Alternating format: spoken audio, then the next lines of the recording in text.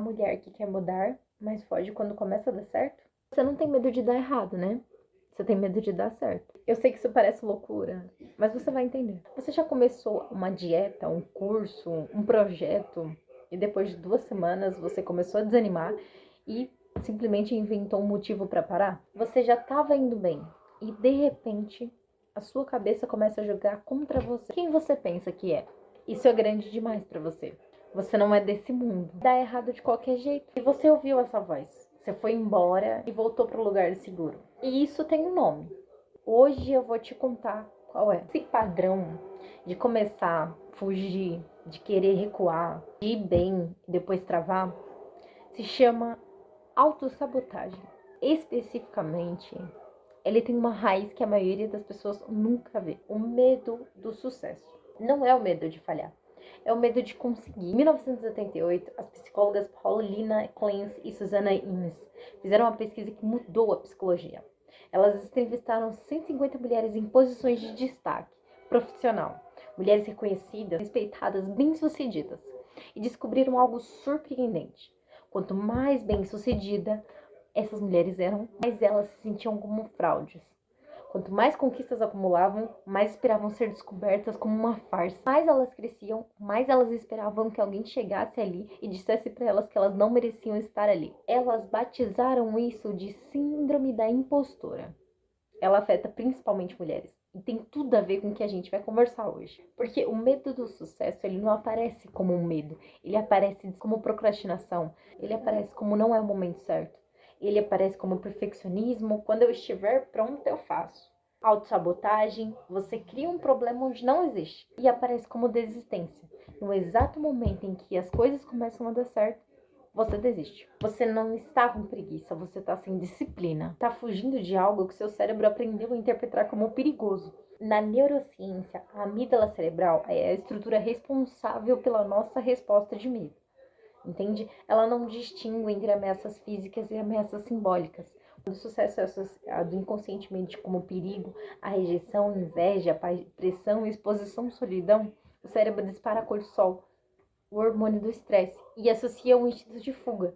Você procrastina, desiste ou cria obstáculos porque o seu sistema nervoso está tentando te proteger de uma ameaça que não é real, mas que parece para ele.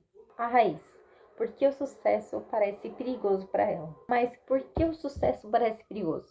Porque uma parte de você foge dele. Vou te contar algumas razões e eu quero que você veja quais delas soa verdadeira para você. Quando você cresce, você muda. E quando você muda, as pessoas ao seu redor sentem. A amiga que não cresceu junto pode se afastar. O parceiro que não entende pode começar a se sentir ameaçado. A família que não te viu assim pode não saber como te receber. Seu cérebro, como foi programado para sobrevivência social, para ser asserter, percebe essa possibilidade de separação como uma ameaça de morte. Não é drama, é biologia. Então ele sabota para você continuar pertencendo àquele lugar. O peso da visibilidade. Crescer é ficar visível. É ser vista, é assustador. Porque ser vista significa que vão te julgar, vão te criticar, que vão esperar mais de você. Muitas mulheres foram ensinadas, às vezes explicitamente, às vezes só pelo exemplo, que demonstrar é perigoso, que destacar é arrogância, que brilhar é se colocar em risco. Então crescer parece arriscado. Não porque você não quer, mas porque visibilidade foi associada à dor. A lealdade invisível. Essa é a mais profunda. É talvez a mais difícil de ouvir. Às vezes uma parte de você não se permite ter mais do que a sua mãe teve. Mais do que sua avó sonhou. Mais do que mulheres que você ama alcançaram. Crescer pode parecer uma traição. É como se você estivesse dizendo que o caminho delas estava errado e o seu caminho é o certo. E você não quer isso, você as ama, mas dentro desse contexto existe uma lealdade que te prende aonde elas ficaram. E uma lealdade que confunde te honrar com não ir além. Honrar as histórias dela não significa repetir os limites delas. A melhor homenagem é chegar onde elas não conseguiram, abrir o caminho. Um fundamento psicanalítico é o psicanalista Sigmund Freud. Ele descreveu em 1919 que chamou os que fracassam ao triunfar. Pacientes que, ao alcançarem sucesso após anos de esforço, desenvolviam sintomas que levavam a destruir as próprias conquistas. Ellen Hutner Décadas depois, aprofundou esse conceito especificamente em mulheres, mostrando como a lealdade em figuras parentais e identidades familiares cria padrões inconscientes de autossabotagem. Não é fraqueza, é um amor mal endereçado. Os disfarces como autossabotagem se escondem. Mas a autossabotagem, ela é esperta. Ela raramente aparece como autossabotagem. Ela aparece com outros nomes. E eu vou te contar quais eles são. Procrastinação perfeita. Vou fazer quando você tiver mais tempo. Vou começar na segunda. Deixa eu organizar melhor as ideias primeiro. A procrastinação não é uma preguiça, ansiedade gerenciada. Você adia porque começa a significar se expor. Significa que vai ter resultado, bom ou ruim. Significa que vai ter julgamento. O sistema nervoso prefere o desconforto conhecido de espera ao risco desconhecido da tentativa. O perfeccionismo paralisante. Quando eu estiver pronta, quando eu souber mais, quando o momento for certo, o perfeccionismo promete proteção. Se eu nunca publicar o primeiro imperfeito, vão me criticar. Se eu nunca terminar o projeto, nunca vão me julgar. Mas na verdade, o perfeccionismo é a procrastinação como um disfarce, mais elegante. A pergunta que ele nunca responde é: pronta para quê? O suficiente para quê? A desistência quando começa a funcionar. Este é o mais importante. Presta atenção. Estava indo, você estava funcionando. As primeiras conquistas estavam aparecendo. Então você parou. Surgiu uma desculpa, uma emergência, não é pra mim, não é o meu momento, preciso organizar mais antes de continuar. Isso não é coincidência, é o seu sistema de proteção funcionando. Porque quando as coisas começam a dar certo, a identidade antiga, a que não tinha isso, a que não merecia isso, entra em conflito com a versão que você tá, com a versão que tá surgindo. E a identidade antiga ganha, porque ela é mais velha, ela é mais familiar, ela parece mais segura. Sabotagem relacional. Você encontra problemas onde não haviam. Você cria uns conflitos que afastam pessoas importantes da sua vida. Você se isola quando precisa desse suporte. Porque uma parte de você sabe que crescer exige mudança. E mudança exige deixar algumas coisas para trás. E esse custo parece alto demais. Então você cria um motivo para não ter que pagar para esse custo. Mecanismo. Por que o cérebro faz isso? Mas por que o cérebro faz isso? Porque ele sabota o que você mais quer. Porque o cérebro não foi feito para ser feliz. Ele foi feito para te manter viva. Sobrevivência para o cérebro primitivo significa familiar, seguro, desconhecido, é perigoso. Sua vida atual, com todas as dificuldades, com todos os limites, é conhecida, é previsível. O sistema nervoso sabe lidar com ela. A vida que você quer, essa já é desconhecida. Ele não sabe de onde vem, ele não sabe nada. O cérebro trata o desconhecido como uma ameaça. Então, toda vez que você se aproxima daquilo que quer, o sistema de alerta dispara. Não é porque você não merece, mas porque o seu sistema nervoso não aprendeu que crescer é seguro. E o trabalho que precisa ser feito não é de força de vontade, é de reprogramação. Isso assim, quando você era criança, o que acontecia quando alguém da sua família crescia demais? Quando alguém sonhava alto demais? Às vezes era criticado, quem ela pensa que é, às vezes era boicotado, não vai dar certo, às vezes era ignorado. Isso não é nem pra gente. O cérebro aprendeu que crescer tem um custo social. Este custo social para um ser que precisa de pertencimento para sobreviver é real. Então ele te protege, ele te traz de volta. Ele te mantém onde as pessoas ao seu redor conseguem te reconhecer.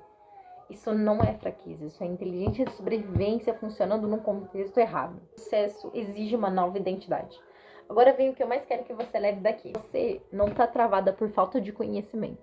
Você não está travada por falta de esforço. Você não está travada por falta de oportunidade. Você está travada porque o sucesso que você quer exige uma versão de você que você ainda não autorizou a ser. O problema não é a sua estratégia, nem o seu plano, nem o momento. O problema é a sua identidade.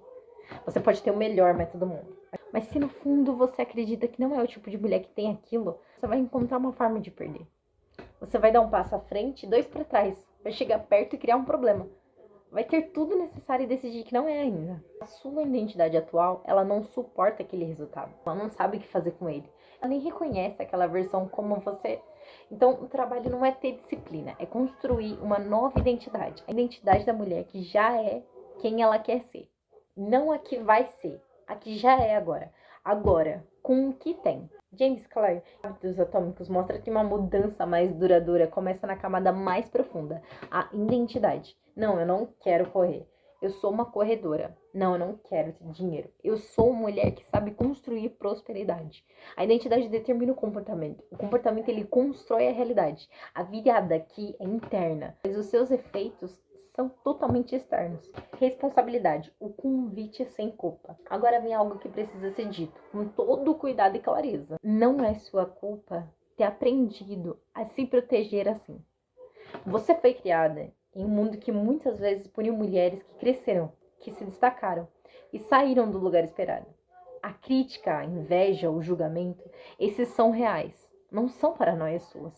O seu sistema de proteção foi construído em resposta a experiências reais, mas um sistema de proteção construído para o passado não precisa. Você não é mais aquela menina que precisava se encolher para ser aceita. Você não é mais aquela adolescente que guardou o sonho porque ninguém acreditou. Você é uma mulher com experiência, com capacidade e com escolha. E a escolha é responsabilidade. Não é culpa sua ter aprendido a fugir. Mas é decisão sua aprender a ficar. Como parar de fugir e começar a ficar? Então, como você para de fugir? Como você aprende a ficar? Eu vou te dar 4 dicas. Não são fórmulas mágicas, são ferramentas reais. Nomeie o padrão em tempo real. A próxima vez que você sentir vontade de parar, quando tudo estiver indo bem e de repente você quiser desistir, faça uma pausa e pergunte: eu estou desistindo porque faz sentido? Ou estou fugindo porque está começando a dar certo? Ao nomear o padrão, já reduz o poder que ele tem sobre você. Consciência é o primeiro ato da liberdade. Construa tolerância ao sucesso. Celebre cada pequena conquista deliberadamente com intenção. Porque se você não aprender a receber o bem, o seu sistema nervoso vai sempre achar suspeito. Receber o elogio sem diminuir, comemorar a venda, registrar o progresso.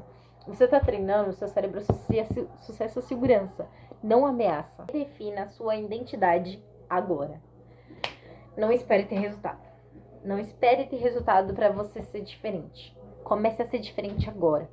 Em vez de eu quero ser alguém que termina o que começa, diz eu sou alguém que termina o que começa. Em vez de dizer eu quero ter coragem, eu sou corajosa. Eu vou agir como corajosa. A identidade não espera a prova. A prova vem depois da identidade. Permita servir. Dê um passo à direção à visibilidade. Pequeno e real. Publique, candidate-se, peça um aumento, fale no grupo, comece o projeto. Não quando você estiver pronta, agora, incompleta, imperfeita, real. A pesquisadora Brené Brown passou décadas estudando vulnerabilidade e descobriu algo. Como? Coragem. Ela não é ausente de medo. Coragem é agir apesar do medo. E cada vez que você age com medo e sobrevive, você prova ao sistema nervoso que crescer não te mata. A frase que muda tudo. Sabe o que eu aprendi sobre as mulheres que chegaram lá? Elas não são mais corajosas do que você. Elas nem têm mais certezas do que você. Elas não tinham um caminho mais claro, o apoio mais garantido, o momento mais certo. A diferença é que elas ficaram, mesmo com medo, mesmo incompleta, mesmo sem saber como terminar aquilo. Você não tá travada porque não é capaz. Você não tá travada porque não merece. Você tá travada porque ainda não autorizou a si mesma a ser a versão de quem você já sabe que é. Você está fugindo do fracasso. Você está fugindo de si mesma. A boa notícia, você não pode se esconder para sempre. Se você chegou até aqui, é porque existe uma parte de você que já está cansada de fugir. Essa parte merece ser ouvida e merece suporte. Segue esse porque aqui a gente não fala só de estratégia. A gente fala de quem você está se tornando. Por aqui, a gente não fala só de estratégia. A gente fala de quem você está se tornando. Toda semana tem um novo pedaço desse caminho. Entenda uma coisa. A versão que você quer, ela já existe. Ela só está esperando você parar de fugir dela. Se você gostou e se te impactou de uma forma positivamente, compartilhe esse vídeo também para outras pessoas que merecem ouvir essa mensagem. Muito obrigada por ter chegado aqui. Espero que vocês estejam bem. E tchau, tchau!